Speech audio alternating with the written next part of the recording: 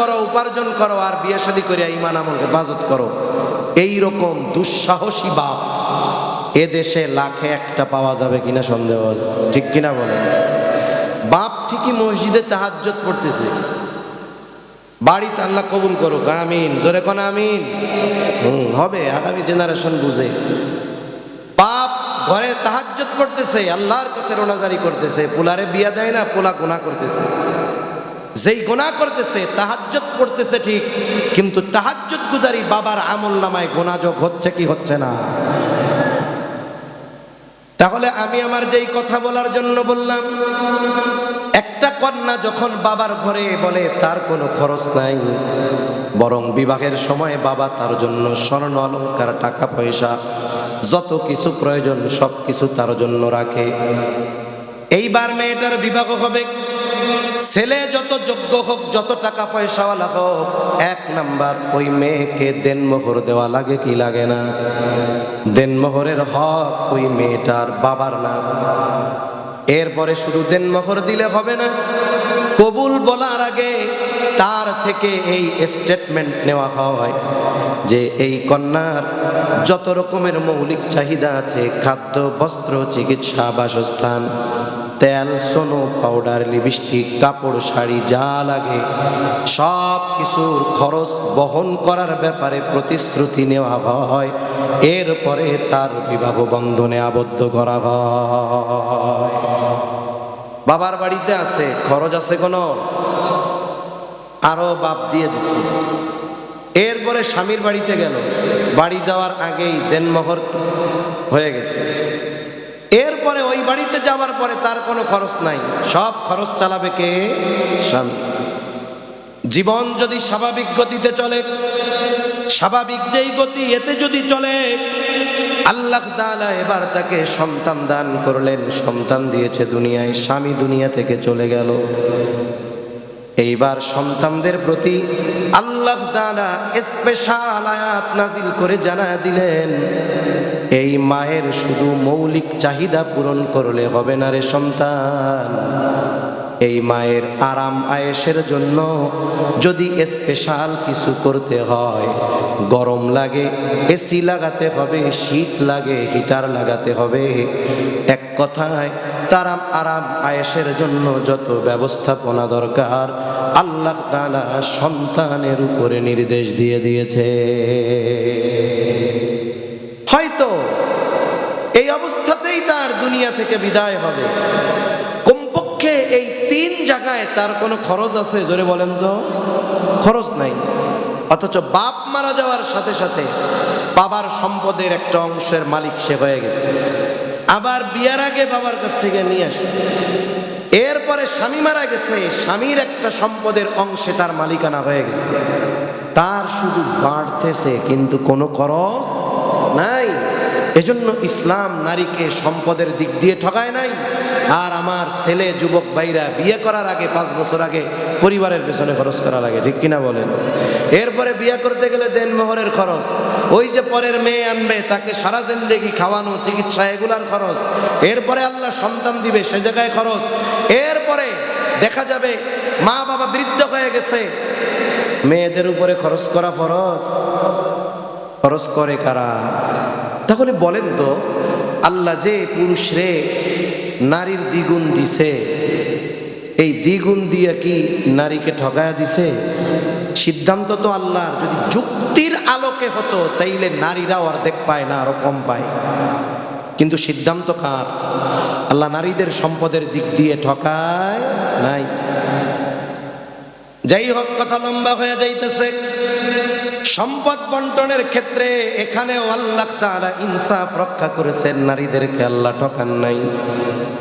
তবে ইবাদতের প্রতিদান দেওয়ার ক্ষেত্রে কোনো ধরনের কোনো তারতম্য নাই।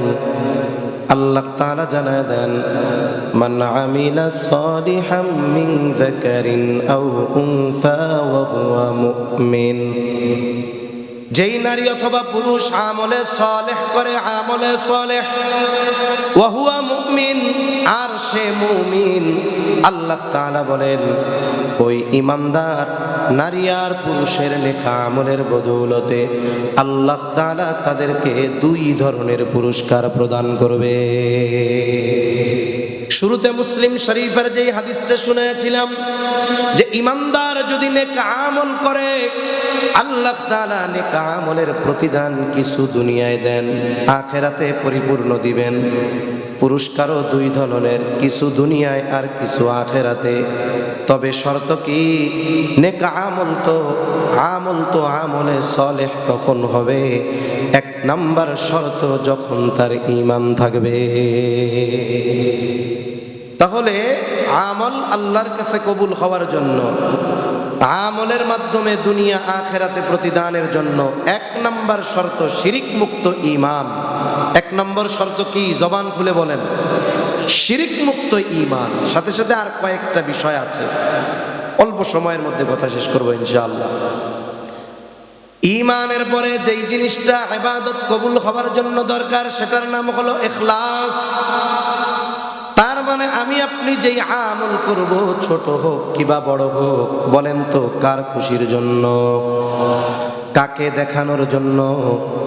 আমি যদি কোনো ইবাদত দুনিয়ার মানুষকে দেখানোর জন্য আর খুশির জন্য, খুশি করার জন্য করি, তাহলে ওই ইবাদত হবে জাল ইবাদত। জাল টাকার যেমন দাম নাই, জাল ইবাদতেরও তেমন দাম নাই। মনে করেন একজন ব্যক্তি ব্যাংকে গেছে, 1 লক্ষ টাকার একটা বান্ডিল নিয়ে, সব জাল। ও চিন্তা করছে যদি কোনো মতে পাড়ি দিয়ে আমার অ্যাকাউন্টে অ্যামাউন্টটা লেখাতে পারি, তাইলে জাল টাকা দিয়ে একেবারে বৈধ 1 লক্ষ টাকার মালিক আমি হয়ে যাব। এইবার লোকটা 1 লক্ষ টাকার জাল বান্ডিল নিয়ে গেছে ব্যাংকে। ব্যাংকের ক্যাশিয়ার যিনি, তিনি টাকা হাতে নিলেন।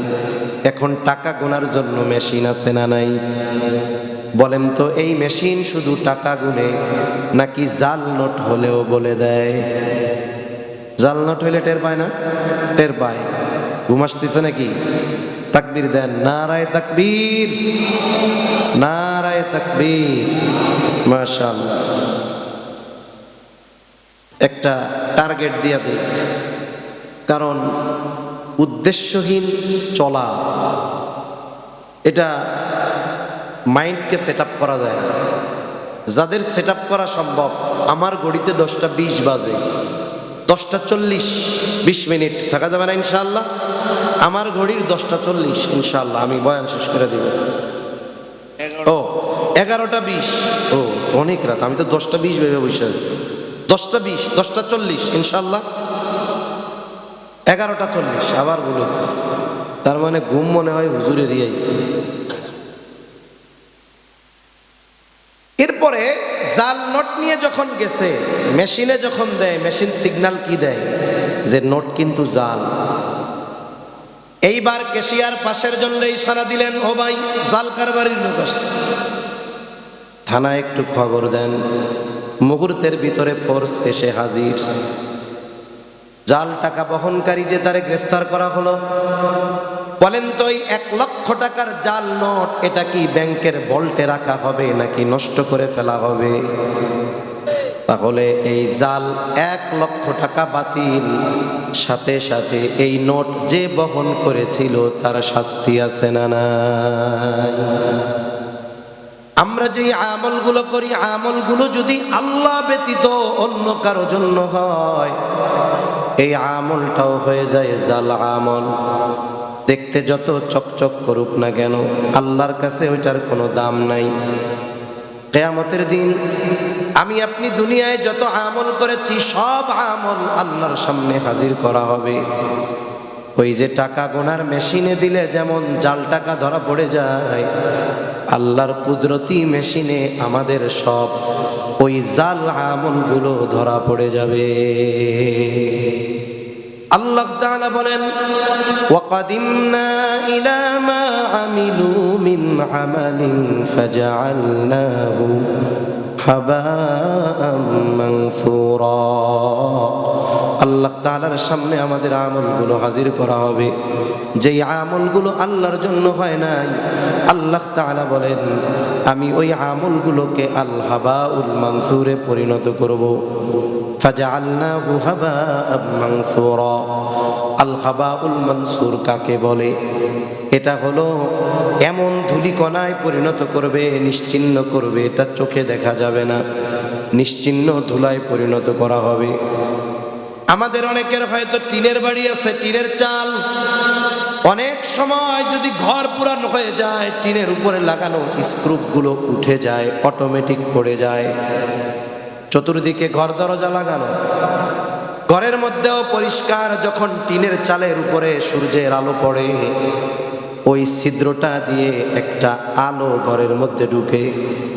যদি কেউ দেখে থাকেন বুঝবেন, ঘর যত পরিষ্কার হোক না কেন, সূর্যের আলোর যেই ওই রেখা, ওই রশ্মি রেখার মধ্যে অগণিত ময়লা উঠতে দেখা যায়।